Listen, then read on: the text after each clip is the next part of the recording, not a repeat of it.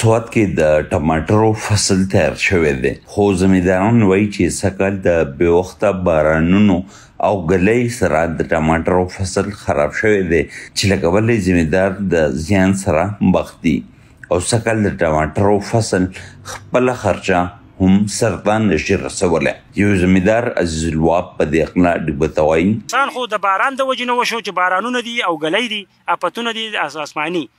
او دویمه خبره دا ده چې دا کم سور مال چې تو په ټماټرو کې زمینداري نشو کوي، دا د دې مجبورۍ نه نشو کوي چې دا لکه څه نه کوي مخکې نو د ټماټر د کاټن روپۍ نه کوي، د دیاړي مار روپۍ نه کوي. په دې وجه ټماټر باغونه ډک پراته دي، زمیندار تاسې چاپېره تاویږي او که شرمېږي او که هر څه کې خو تاوان مې نور کېږي، دا شته تاوان مې شی دی نور نه کوم. د زراعت د محکمې چارواکي وایي چې سوات کې د 15,000 ایکړه نه زیاته ځمکه باندې د ټماټر فصل کیږي او هر کال په دې ځمکه د 51,000 میټرک ټن نه زیات ټماټر کیږي چې زیات د هېواد بېلابېلو برخو ته د خرڅ لپاره لیږلی شي. زمیندار وایي چې د زراعتو محکمه د هغوی سره د فصل د ښه والي دپاره هیڅ مرسته نه کوي. یو زمیندار میاشت د غلي په دې اقلا ډیوته وایي حکومت زموږ دا خواست دی چې پکار دا ده چې دې راشي د زمیندارو د دې ازاله وکړي، دا اګریکلچر ملک ته دې هر شی امپورټ کوي راغواړي، پکار دې ایکسپورټ وکړي، په مخه ولیږي.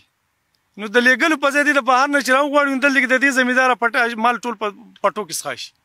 نو څه پلانینګ نشته د حکومت له پلانینګ پکار دی. زموږ دلته اګریکلچر ریسرچ سنټر شته، دلته کې دفتر شته، خو پکار چې هغه فعال شي او پکار راولي.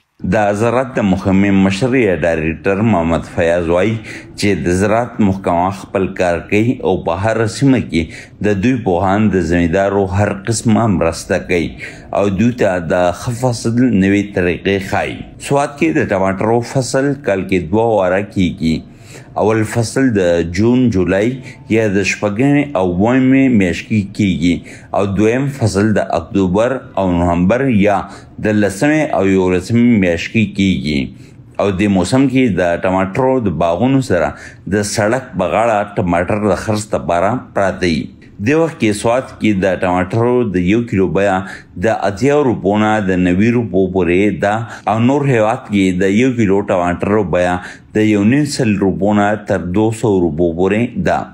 او زمیندار وایي چې د باران او ګلۍ د لاسه د ټماټرو زیات فصل خراب شوی دی او د کم فصل کېدو لګوله په هېواد کې د ټماټرو بیه ګرانه ده. فیاض ظفر، وایس آف امریکا، ډیوا، سوات.